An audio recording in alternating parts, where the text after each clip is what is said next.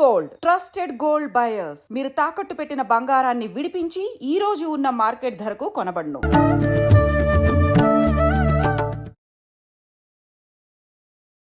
నమస్కారం, welcome to I dream. ధర్మ మార్గం విత్ విజిత కార్యక్రమానికి స్వాగతం. ప్రస్తుతం మనతో పాటు ఉన్నారు వేణుశ్యామ అమ్మ, శ్రీ విద్యా ఉపాసకులు, కామాఖ్య అమృత సాధన సంస్థ వ్యవస్థాపకులు. ఇప్పుడు అమ్మతో మాట్లాడి మరిన్ని విషయాలు తెలుసుకుందాం. ముఖ్యంగా ముందుగా అమ్మ గురించి, మనం అమ్మకు సంబంధించిన విషయాలు కూడా మాట్లాడి తెలుసుకునే ప్రయత్నం అయితే ఈ వీడియోలో చేద్దాం. అమ్మ నమస్కారం.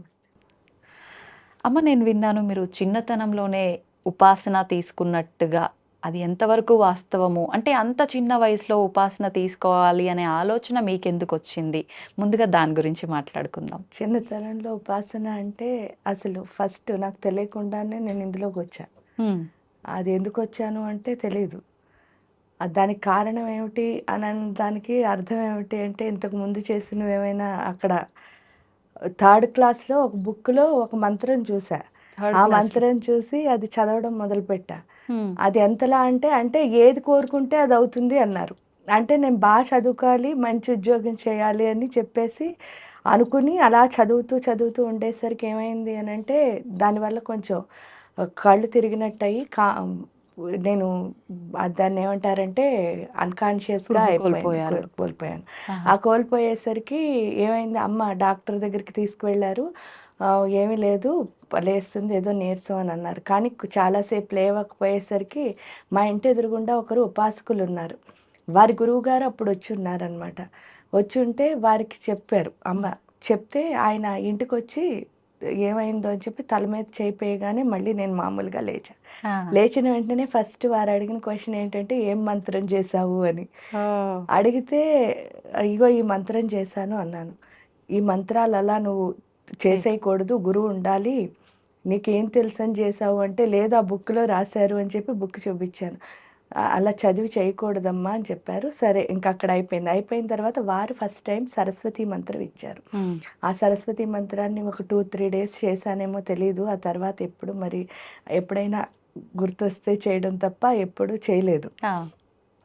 ఆ తర్వాత కాలంలో అలా జరుగుతుండగానే ఒకరోజు ఎక్కడంటే మేము ర్యాలీ అని చెప్పి ఈస్ట్ గోదావరి డిస్ట్రిక్ట్లో ఉండేవాళ్ళం. ఆ ఉన్నప్పుడు మా నాన్నగారు టీచర్ అనమాట. అక్కడ ఉండేసరికి ఏమైంది అంటే, ఆ గుడికి ఇప్పుడు కంచి కామకోటి పీఠాధిపతులైన విజయేంద్ర సరస్వతి వారు వచ్చారు. వస్తే అప్పుడు ఏమైంది అంటే, వారు వచ్చేసరికి కరెక్ట్గా వారు వచ్చిన టైంకే నేను కూడా కాలేజ్ నుంచి వచ్చాను, ఇంటర్మీడియట్ చదువుతున్నప్పుడు.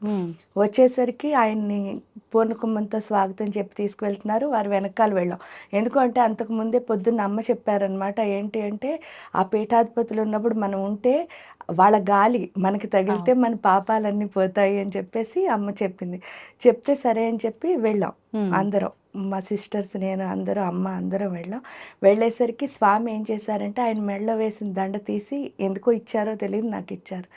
అది పట్టుకోగానే అసలు ఎనర్జీ డిఫరెన్స్ అన్నది అర్థమైంది. ఆ రోజు రాత్రి ఏంటి జరిగింది అంటే, నిద్రపోయాను. నిద్రపోయేసరికి నేను పడుకున్న మంచాన్ని ఎవరో ఎత్తుకుని వెళ్ళిపోతున్నారు. ఆ ఎత్తుకుని వెళ్ళిపోతున్నది ఎవరు అంటే, ఈయన ఎలా వేషంలో ఉన్నారో అలాంటి దండి సన్యాసులే ఉన్నారు అందరూ పట్టుకెళ్తుంటే, ఎక్కడికి తీసుకెళ్తున్నారంటే ఒక్కళ్ళు కూడా ఆన్సర్ చెప్పటంలే. వాళ్ళ మాటలు వాళ్ళు ఏవో మాట్లాడుకుంటున్నారు, నాకు అర్థం కావట్లేదు కూడా. తీసుకెళ్ళి మా ర్యాలీ గుడి ఉంది కదా, కేశవస్వామి గుడి గర్భగుడిలో ఆ మంచాన్ని పాడేసేసరికి ఏమైంది అని అంటే, అక్కడ నేను చూసేసరికి ఇంకా ఇలాంటి వాళ్ళే బోల్డ్ మంది, అసలు ఎంతమంది ఉన్నారో నాకు తెలియట్లే, వందల్లో ఉన్నారు. ఉండేసరికి అక్కడి నుంచి ఆదిశంకర్ల వారు కనిపించారు విగ్రహం వెనకాల నుంచి వస్తూ. ఫస్ట్ ఆయన్ని చూడగానే నాకు చాలా షాక్ అయ్యి, అదేంటి మీరు చనిపోయారన్నారు కదా, బతికే ఉన్నారా అని అడిగితే, బతికే ఉన్నానో చనిపోయానో తర్వాత తెలుస్తుంది, కామ్గా కూర్చుని నేను మాట్లాడమనే వరకు మాట్లాడకుండా కామ్గా ఉండు అన్నారు. నాకు భయం వేసింది, ఎందుకంటే చాలామంది ఉన్నారు, నేను ఒకదాన్నే ఉన్నానుగా. అప్పుడు అయ్యేసరికి వాళ్ళందరూ కలిసి శక్తిపాతం, అంటే నాకు తెలిసి ఫస్ట్ టైం అయిన శక్తిపాతం అదే. అది అయిన తర్వాతను అవన్నీ ఎప్పుడు తెలుసు అంటే, నేను ఎప్పుడైతే 2003లో నా గురువుని నేను కలిశానో, అమృతానంద సరస్వతుల వారు చెప్పారనమాట, ఇవన్నీ ఎందుకు జరిగాయి, నేను ఫస్ట్ చేసిన మంత్రం ఏమిటి, ఆ మంత్రం బాలా మంత్రం, నాకు తెలియకుండా నేను చేశాను. అలా అమ్మవారు ఎందుకు తీసుకొచ్చిందో తర్వాత గురూజీని కలిసిన తర్వాత ఇంకా పూర్తిగా లైఫ్ అంతా టర్న్ అయిపోయింది. మ్మ్. ఇంకా అమ్మ మీరు ఆదిశంకరాచార్యుల వారు మీకు దర్శనం ఇచ్చిన సమయంలో మీ వయస్సు ఎంత అప్పుడు? ఇంటర్మీడియట్ అంటే 16, ఇంటర్మీడియట్. 17 మధ్య. Okay, okay. అంటే ఇవన్నీ జరిగిన తర్వాత ఇంకా మీకు అనిపించిందా కంప్లీట్ ఈ ఉపాసన ఆధ్యాత్మికత వైపు ఉండాలి అని చెప్పి? అది నిజం చెప్పాలి అంటే అసలు ఇవన్నీ అయినప్పుడు ఎప్పుడూ అనిపించలేదు. తర్వాత ఎప్పుడూ ఒక లైట్ కనిపిస్తూ ఉండేది. నన్ను ఎక్కడికో తీసుకెళ్తూ ఉండేది. మ్మ్. ఇలా చాలా జరిగినా ఎప్పుడూ అనిపించలే.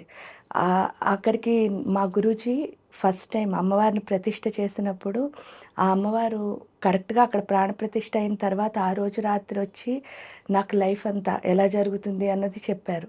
అది కూడా గురూజీని కలిసిన తర్వాతే అర్థమైంది. ఎందుకంటే నేను గురూజీని కలిసిన తర్వాత అక్కడ అమ్మవారిని చూసేసరికి ఇదేంటి ఈవిడే కదా నాకు కనిపించింది అని చెప్పి అప్పుడు ఫస్ట్ నేను గురూజీని అసలు అలాగే మ్మ్. ఆయనతో కాన్వర్సేషన్ అనేది మొదలైంది. అడిగినప్పుడు గురూజీ ఎప్పుడు అంటే అంతకుముందు 3 జన్మల నుంచి ఎలా వస్తుందో అవన్నీ చెప్పుకుంటూ తీసుకొచ్చారు. మ్మ్. కానీ గురువుగారిని చూసిన తర్వాత మాత్రమే ఇందులోకి రావాలనిపించింది నిజం చెప్తే. ఆహా. అంతకుముందు జరిగిన ఎక్స్‌పీరియన్స్‌లేవి ఊరికే దేవుడితో దండం పెట్టుకోవడం అంతవరకు ఆగాయి తప్ప మ్మ్. ఫస్ట్ టైం నేను గురూజీని చూసినప్పుడు నాకు గురూజీ ఎందుకో నచ్చారు. మ్మ్. అంటే వ్యూస్ చెప్పాలి అంటే ఆయన నాకెప్పుడు ఏమనిపించేది అందరూ ఒక్కటే అవును. అని అనిపించేది. కానీ ఇంట్లో కానీ ఎక్కడ చూసినా సరే అన్నీ తారతమ్యాలు ఉంటూ ఉండేవి. అంటే క్యాస్ట్ అనుకోండి ఏదైనా ప్రతి దాంట్లోనూ తారతమ్యాలు కనిపిస్తూ ఉండేవి. మ్మ్. కానీ గురూజీని చూసినప్పుడే ఫస్ట్ అర్థమైంది ఇలా కూడా ఉండొచ్చు. హా. అంటే అందరూ ఎలా ఉన్నా మనం ఇలా కూడా అందరితో కలిసి ఒకేలా ఈక్వల్‌గా ఉండొచ్చు. అంటే గ్రేట్ అని అక్కర్లేదు, అహంకారంగా ఉండక్కర్లేదు. అవన్నీ ఫస్ట్ టైం ఏంటి అంటే ఒక వ్యక్తి చేస్తున్నప్పుడు అంటే నా ఫీలింగ్స్ అక్కడ నేను చూసా. ఓ. ఆయన చేస్తూ ఉండడం. అలా మనం కూడా చెయ్యొచ్చు అని ఎప్పుడు అనిపించిందో ఇంకా నేను చేస్తున్న జాబ్. కాకపోతే నాకేంటంటే అటు భర్త అందరూ సహకరించారు. ఇంకా అవన్నీ వదిలేసి ఇంక ఇది చేయాలి అని చెప్పేసి ఇందులోకి కంప్లీట్‌గా. ఇప్పుడు ఎన్ని సంవత్సరాలు అవుతుందమ్మా కంప్లీట్‌గా వచ్చేసి? కంప్లీట్‌గా వచ్చే 25 ఇయర్స్. 25 ఇయర్స్ కంప్లీట్‌గా వదిలేసే. ఓహ్! అంటే వివాహ జీవితంలో ఉన్నప్పటికీ ఇలా ఆధ్యాత్మికత వైపు కంప్లీట్‌గా అలా ఉండొచ్చంటారా? ఉండొచ్చు. హ్మ్. ఎందుకు అంటే అమ్మవారు కూడా అయ్యవారు సుబ్రహ్మణ్య స్వామి, గణపతి అవును. ఆవిడ అదే కుటుంబం. చెప్తోంది కదా! హ్మ్. అందులో ఏంటంటే వర్ణాశ్రమ విధాయిని ఆ! మనకిచ్చిన వర్ణం అంటే ఏదైతే కులమో ఆశ్రమ ధర్మం అంటే గృహస్థాశ్రమమా, బ్రహ్మచర్యమా, హ్మ్. సన్యాస మనకి ఏ ఆశ్రమం ఇస్తే ఆ ఆశ్రమ ధర్మం ప్రకారం ఉపాసన అన్నది హ్మ్. ఖచ్చితంగా చెయ్యొచ్చు. ఓకే. అమ్మ ఇలా అడగొచ్చో లేదో తెలీదు. మీలాంటి మాతాజీలకి మేమందరము పిల్లలతో సమానమే. కానీ మీకు సంతానం ఏమైనా ఉన్నారా? ఒక పాప. ఒక పాప ఉంది. ఓకే. సంతోషం అమ్మ. అమ్మ మంత్రం గురించి తీసుకుందాము. ఇందాక మీరు చెప్పినట్టుగా చూస్తే మీకు తెలియని వయసులోనే ఒక మంత్రాన్ని పుస్తకంలో చూసి పట్టుకొని మీరు చేయటం వల్ల అది ఏదో ఒక ప్రభావం అయితే మీ పైన చూపిచ్చింది. అంటే నిజంగా మంత్ర ప్రభావం అనేది ఖచ్చితంగా ఎవ్వరి పైనైనా ఉంటుందా? 100% ఉంటుందమ్మా. కావాలంటే 100కి 500% మనం సైన్ చేసి కూడా ఇవ్వచ్చు. హ్మ్. వాళ్ళు మంత్రం చేస్తే చాలు. కాకపోతే ఇక్కడ ఉండాల్సింది ఏంటి అంటే వాళ్ళ కమిట్మెంట్. అంటే ఓకే. శ్రద్ధ ఎక్కువ ఉండాలి. నేను చెయ్యాలి అని వాళ్ళకుండి చేస్తే అంటే చెయ్యాలని లేకుండా చేసినా సరే ఆ మంత్రం వాళ్ళకి పనిచేస్తుంది. ఎందుకంటే అక్కడ చెప్పారు దేవి అథర్వణ శీర్షంలో మంత్రాణం మాతృకాం దేవీం. ఏ మంత్రం చదివినా సరే అమ్మ ఎలా వస్తుంది అంటే అమ్మలా వస్తుంది. అదే లలితా సహస్రంలో మాతృకావర్ణ రూపిణి. ఆ అక్షరాలన్నీ చదివితే ఆవిడ రూపం మన సూక్ష్మ శరీరంలో ఏర్పడుతుంది. అందుకే మన లెటర్స్ ఏవైతే ఉన్నాయో వాటిని చూసినప్పుడు మీరు అక్షరము అంటే క్షరము లేదు అంటే చావు లేదని అర్థం.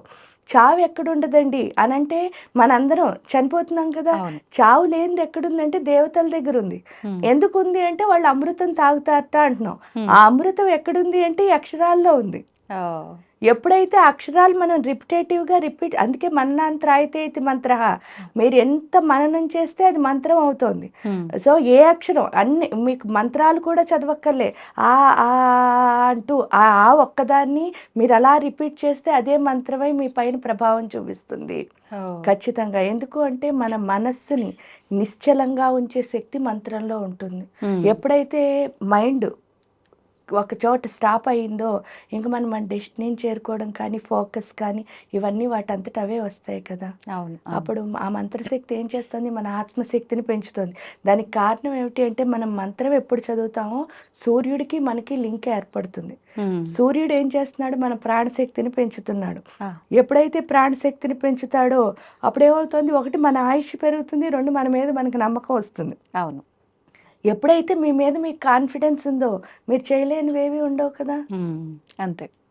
సాధించలేనిది అంతే. ఉండదు.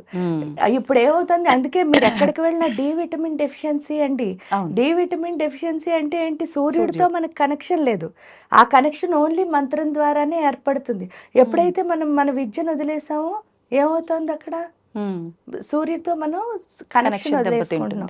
సూర్యుడితో కనెక్షన్ దెబ్బతింటే ఏమవుతుంది అంటే, చిన్న ఎగ్జాంపుల్ ఏం లేదు, మన ఇంట్లో వస్తువుకు పురుగు పట్టింది అనుకోండి, ఎక్కడ పెడుతున్నాం, ఎండలో పెడుతున్నాం. అంటే ఎండలో పెడితే ఆ పురుగులు ఏమవుతున్నాయి, వెళ్ళిపోతున్నాయి. అదే మన బ్యాక్టీరియా మన లోపల పడితే మనం ఎక్కడ ఉండాలి, ఎండలో ఉండాలి. ఆ ఎండలో ప్రతి క్షణం ఉండడం సాధ్యం కాదు కాబట్టే మన ఋషులు మునులు ఏం చేశారంటే ఆ సూర్యశక్తితో ఎప్పుడూ కనెక్ట్ అయి ఉండేటట్టు ఎక్కడున్నా సరే ఆ మంత్రాన్ని మనకి ఇచ్చారు. దాన్ని మనం ఎప్పుడు వదిలేసుకున్నామో మనం సూర్యుడితో ఏం చేసాం, డిస్కనెక్ట్ అయిపోయాం అన్నమాట. కాబట్టి మంత్రంకి బలం ఉందా అంటే, గురూజీ ఎప్పుడూ ఒకటే చెప్పేవారు, చింతకాయలు రాలుతాయా అండి అని ఎవరైనా అడిగితే, చింతకాయలు రాలుతాయో రాలువో నాకు తెలియదు కానీ నాయన ఒక మంత్రం చదివి చింత చెట్టును లేపేయచ్చు అనేవారు. అంటే అంత శక్తి వస్తుంది అని.